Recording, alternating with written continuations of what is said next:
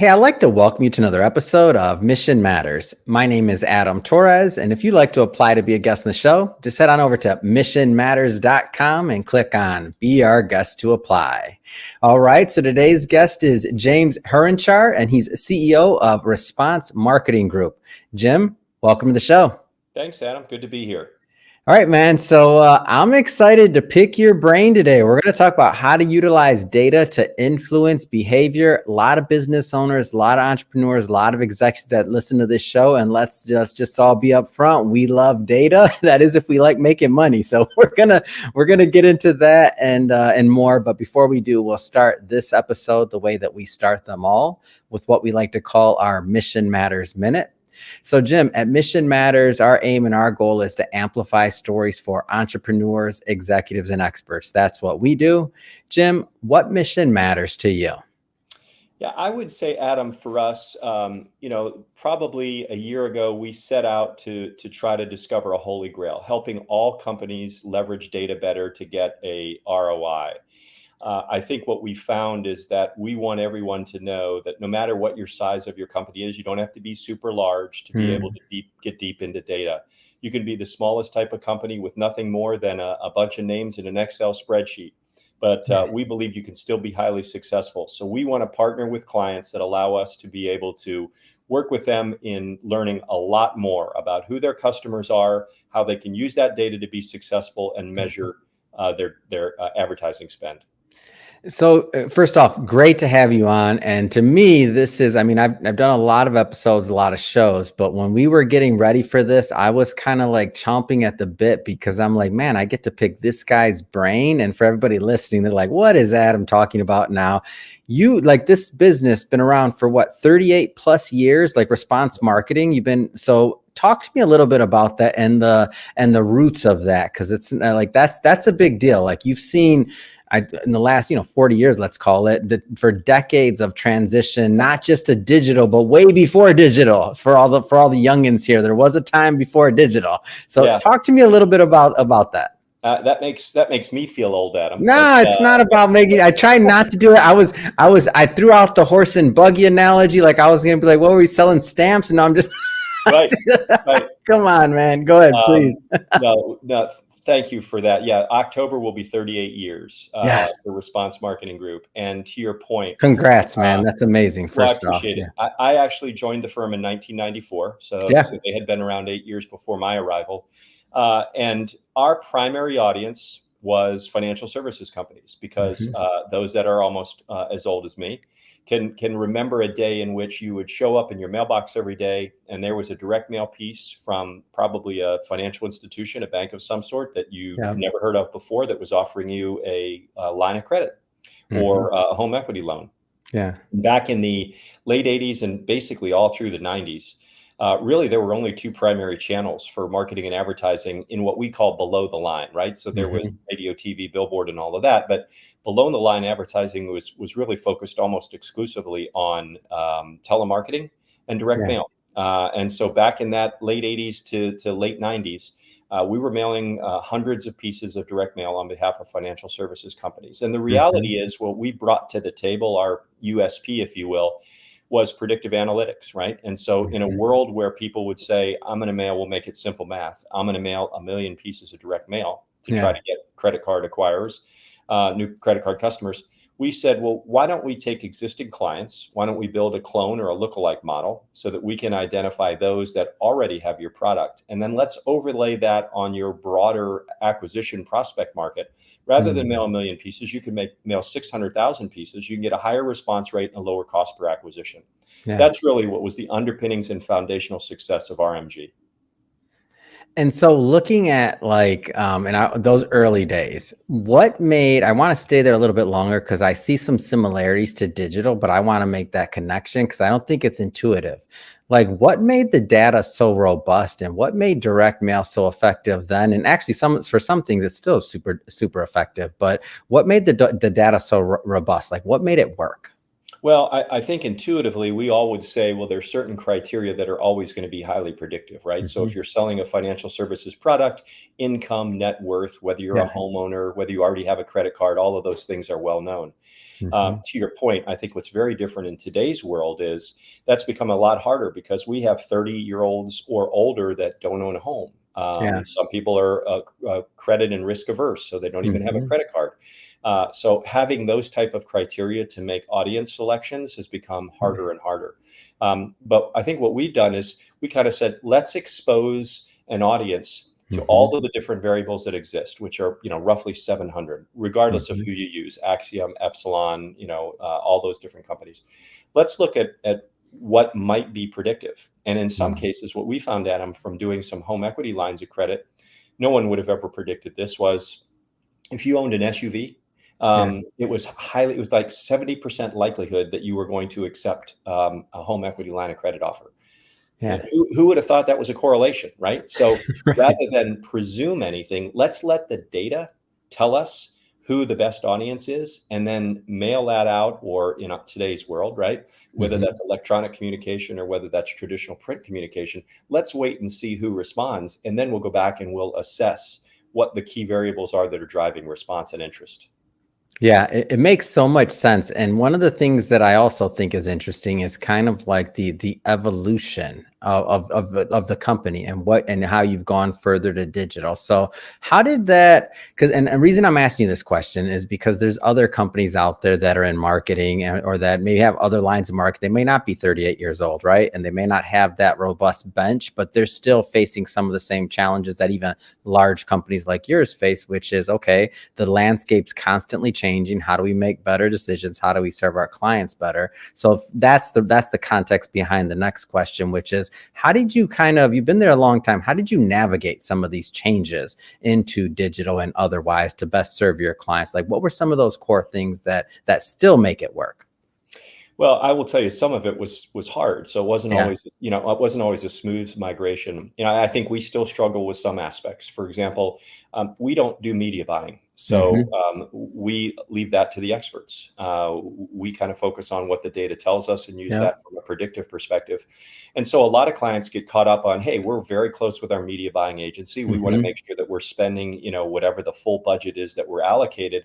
And Hmm. in our case, we come in and we're completely agnostic, right? To Yeah. me, I don't care what channel you use, right? So if radio's working, phenomenal. If direct mail's working, great. If social influencers is working, wonderful. Hmm. Let's let the data, though, be prescriptive in telling us where we Yeah. need to target. That doesn't mean that we don't want to have an element of kind of crawl, walk, and run, right? We may want to Hmm. experiment with a Facebook ad campaign using a lookalike clone model, Yeah. or maybe not. So we've just tried to be very open and not presume anything as it regards to what channel might work well, because for one client it could be one application, one platform, one particular utilization, and for another it could be something completely different. Hmm. Yeah, and I'm glad to hear you struggle, not because I want you to struggle, by the way, Jim. It's just because all of us do. Like things are moving so Right, fast. And right. I mean, if you add in some of the other things with AI and otherwise, and some of the other like the platforms that are coming up daily, what I like though about your process and the company's process is if you're letting the data kind of do the talking, then and being agnostic, then the tool we already know is going to change over time. But the That's right. methodology, and even I say this, in a nice way, but the training, and I don't mean just the training of your staff and your company culture, but I mean also the clients that are used to working with you, so that they know that if you're moving and you're testing one platform versus another, it's not because you don't know what you're doing, it's because it's in the culture. We want to see what that data is going to do, or we want to see what the effect of running that particular campaign is going to be. Am I off on any of this? I don't want to put words in your mouth, but am I off No, on no, this? I'm trying. I think you're spot on. One of the things I would tell you, Adam, that is probably a conversation we have frequently, and that is from a lot of, I'll call, less mature, Yeah. immature marketers or clients, new to database marketing. Uh, Mm. and they're trying to figure out, hey, this is intimidating, and the landscape is Yeah. shifting and moving so fast. I don't know what the proper allocation of budget is across all the Mhm. different channels that I can choose from. Fair. And so they end up taking no action, or they Mm. default back to what they're comfortable with. And I'm not saying that I would advocate anyone to increase their risk factor, but what I Mhm. would tell them is, you know what, you can, we'll call it dabble, we'll call it Yeah. experiment, we'll Yeah. call it test and learn, whatever you want. I think I like exploratory budget. That's my like. perfect. Yeah, use 10% of your exploratory Yeah. budget and test a channel. And the great thing about digital in this environment, which is dramatically different from the 80s and 90s, is that we Mhm. can get a read in 24 to 48 hours. Yeah. And if our campaigns are achieving the results we want, if the audience that we are trying to target is the one that's responding, Mhm. then great. We know that, and we may go, a little bit more in beyond our exploratory budget, Yeah. if things are working. And if they're not, we can pull back, and we haven't, lost that initial investment. It's never too Mhm. late to be able to do some shifts. Yeah, and the response time and to know if something's working. If you think about what you say, 24, maybe 48 hours, depending, right? Not Right. depending on what you're doing, depending on a lot. Right. I mean, I know there's a lot of variables, but any of those variables are going to be probably better than what we think about when we thought about the like on advertising, the beginning days where we're talking about let's run this newspaper ad and let's collect those coupons and let's Right. clip them and Right. let's count. Let's get to counting. Yeah, sit by the phone and hope it rings. The Right. origins of it all, right? But this Yeah. is the progression of it to be able to see now. And so now when you think about like working on a campaign or something else and to know if it's working like that much faster, like I got to get into these kids nowadays, Jim, and they're done. That's me saying it, not That you. made me feel better, Adam. Oh, I couldn't help myself. Okay. I want to get into some of the just some of the niches that you work in and over. I know you. By the way, I know as a company you're large. You can work with a variable and a lot of different clients, from business owners to governments. I mean, I think you literally work even in tourism and things like that. Like talk to me a little bit about that. Yeah, so we do work with a span of clients, Fortune 50 companies, and then we Hmm. work with very small companies that are relatively new and trying to get their arms around ways that they can grow acquisition and things of that nature. So to us, really, certainly budget's a factor. That's always one Of of course. the main qualifiers, right? So if someone says we have X to spend, we view our goal as spending that money as if it was our own, right? So we're Hmm. stewards of that budget. I wouldn't want to recommend anything to you that I wouldn't do myself. Yeah. We are adamant, Adam, that it's all about measuring ROI. We hold Mhm. ourselves accountable. We expect our clients to hold us accountable. If we're not achieving what we had stated as the ROI, or we're not helping you to better define your ROI, then we're Mhm. not doing our job properly. But it's amazing to me the number of clients, large and small, that Yeah. have gotten away from or are failing to recognize ROI. And I'll give you Mhm. an example. You talked about tourism. What drew us to this space in the late 2000s was the fact that so much money was being spent by state tourism offices Hmm. without any ROI. And so I don't want to pick on my home state. Mhm. What does that look like, by the way? Like when you Yeah, say that, I want, yes, we're using a little bit of jargon, so I just want to like, what does that look like? yeah. So I mean, What could it look like? so if you take I'm from Virginia, and the Yeah. Virginia Tourism Corporation spends a healthy amount of money. It's not uncommon for most of our states in the U.S. to be spending certainly north of $10 million. Yeah. Visit Florida spends $40 million. Mhm. So not insignificant sums of money. And so Yeah, for us, I it's would about say. how are you, and especially in an environment like tourism, where Yes. many of the entities, be they at a local level or be they at the state level, are Mhm. funded by legislatures. And those Mhm. legislatures, it's been surprising to me, again, why we were attracted to the industry, Mhm. have been really good about not holding their entities accountable, their Yeah. CVBs, DMOs, state tourism offices. So good at spending the budget, not good at seeing is it working. Go ahead, continue. I said that, not you. Go ahead. There is not as much of a focus on ROI. I don't Yeah, I don't want to make a sweeping generalization, and the next agreed. thing you get is a bunch of state tourism directors who said that guy had no idea what he was talking I'll about. take that. That's okay. No, There I'll there take is that. They're not listening. It's fine. Go ahead. well, there is measurement. Yeah. I don't want to infer that there is no measurement. I just don't think it's as accountable as it is in Mm. some other traditional agencies, where if we spend a dollar and we Mhm. expected a 3x return on that investment, how are we measuring that return? And part of the Yeah. problem in tourism is because I, as a state, can market how wonderful my state is and how you, Adam, ought to come visit me. But it's very, very difficult for them to understand, does Jim Harenchar ever show up in state XYZ? Oh, So yeah. it's hard to close the loop in tourism. Unlike on the hotel side, Adam makes a reservation and we know that there was a head in the bed. For sure. But the state of Virginia, you might have loved their ads and said to your, whomever, friend, spouse, significant other, Virginia's cool. We've never been there. Let's go, check out all these different things we can do. But the state of Virginia never knows if you're there. Yeah. We're trying to change that. We're trying to change that. And so what does that look like, changing it? What does that look like? So, and what's the difference? We've been very fortunate. Pre-COVID, we were working with several technology partners on ways to be able to help entities, not just tourism destinations, so anybody can do this, by deploying two types of technology. The first is something we call a smart pixel. It's the ability to place a pixel in the header of your website and then de-anonymize. Some people roll their eyes when I say that word.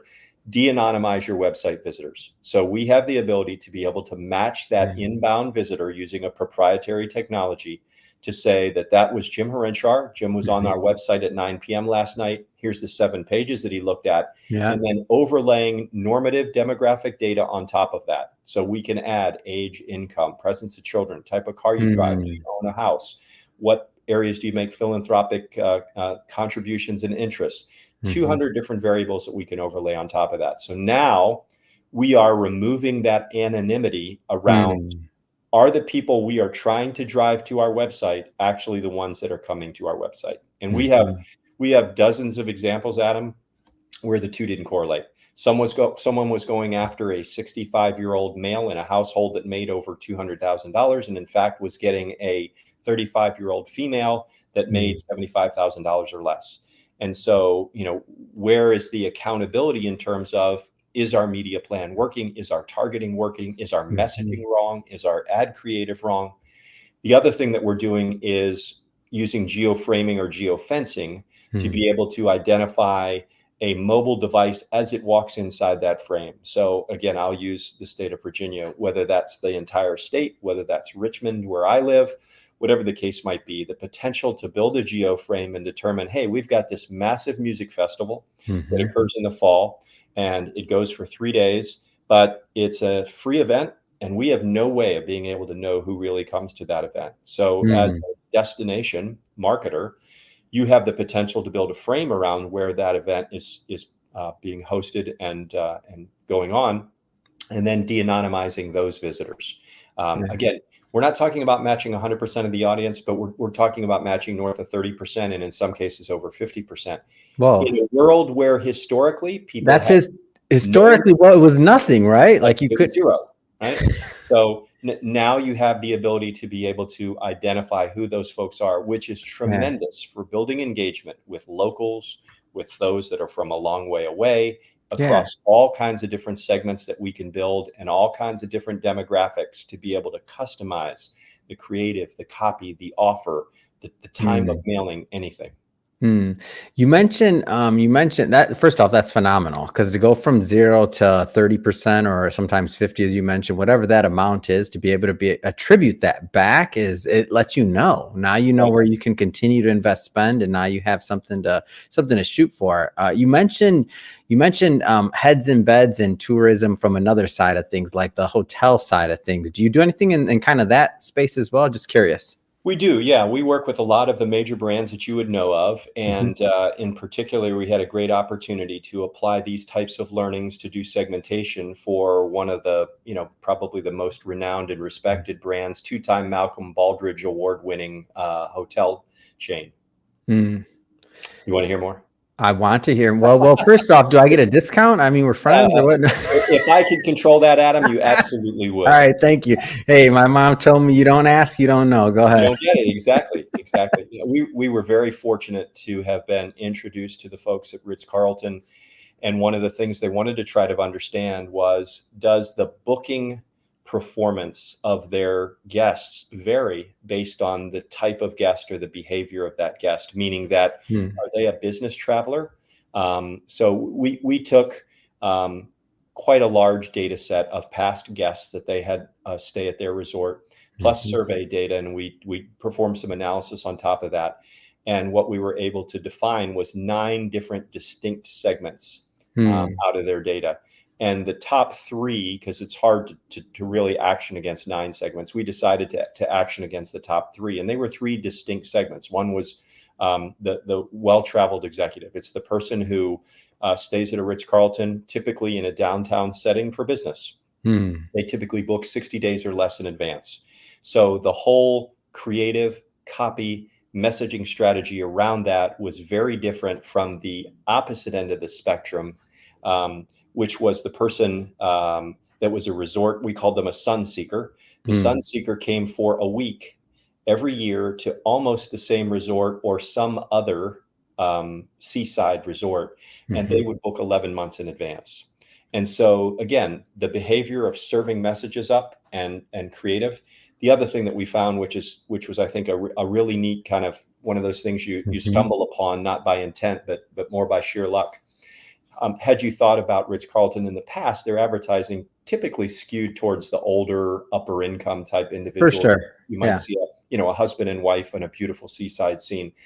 And we found in looking at the data that 72% of their audience had a child in the household under 18 years of age. Interesting. So we said, let's do some testing. Let's show kids on stand-up paddleboards. Let's show kids building sandcastles at a resort destination, a beach destination. And it dramatically increased the booking rate and the frequency for that audience. So it was a great test. They ended up, love to take credit for this, but they had a fabulous agency that they worked with, ended up developing all of the custom landing pages for each of those different segments that we were able to define. So the sun seeker got a very different landing page than the well-traveled executive, because the needs of both of those that segmentation is insane. Yeah. But smart, I mean. Yep. Yeah. And this is, that is something that anyone can do. That's kind of why we underscore the value of data.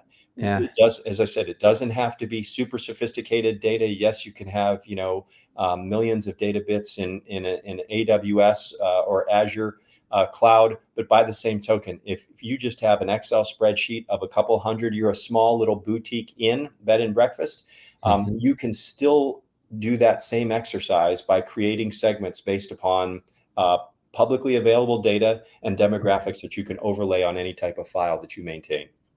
Man, it makes so much sense when you say it. And what's interesting to me is I think about it for a company as big as Ritz-Carlton, but that same concept, just like you said, can be used by a small business owner if they have the right data, if they have the right things. So maybe there was X amount of different landing pages that were made because you knew of the segmentation there. But even, what does that increase for the small business owner that has maybe 2 or 3 that they kind of narrow down? It's not that much more work once you got the data and once you know what you're doing. Like you're obviously creating different campaigns, but you're like already there. No, you're absolutely right. I mean, the only difference, honestly, Adam, is that you're looking at potentially millions of records versus hundreds or thousands of records. But the data remains the same in the sense of you have the ability to look at things like age, income, net worth, type of car you drive, do you rent, do you own? All of those are publicly available data points that you can go to any data compiler, request and overlay on your data. It's all publicly available. So we're not talking about PII, right? Nothing that's not compliance and meets regulatory requirements in any of our 50 states. So anybody can do that. Yeah. Jim, considering your knowledge, how long you've been in the industry, and the name of the company, like how many clients you've worked with, the size of clients, otherwise, what excites you right now? Just in your industry in general, in direct marketing, like what excites you? Like what's got you fired up right now? It could be technology, it could be anything. Yeah, I think from our perspective, one of the things that we're always asked when I speak, I'm asked, kind of to be a futurist. Yeah. And I wish I had that crystal ball, Adam, because I'd like to think I'd probably be a wealthier person. I don't know if I could predict the outcome of a lot of different things. But I find, where we're going with AI to be both extremely enticing, but also a bit scary. I'll tell you, when we talked about our technology, Smart Pixel and Bullseye, I have a lot of people that say to me, that they call that the creepy pixel, right? They're like, oh yeah, I've heard about you guys, creepy pixel technology. Oh, and yeah, that's I mean, cold, man. That's bad branding. I don't like it. No. How about the precise pixel? Go ahead.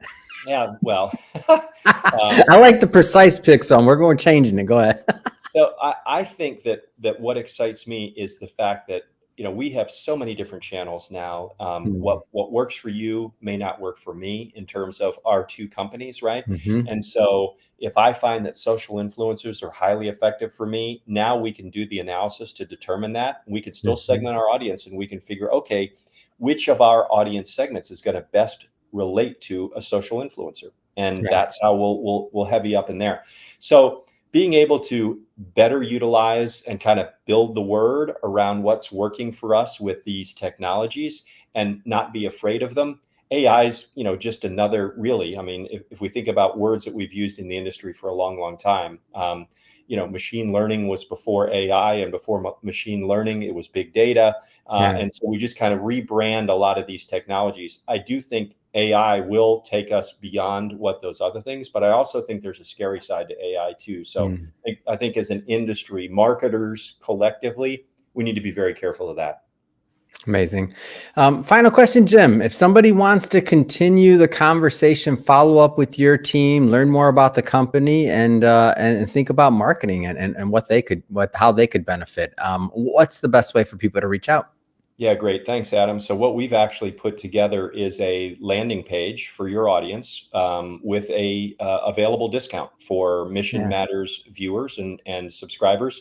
You can find that at www./RMG, as in Robert Mary George, -USA.com with a /Mission Matters. So rmg-usa.com/Mission Matters.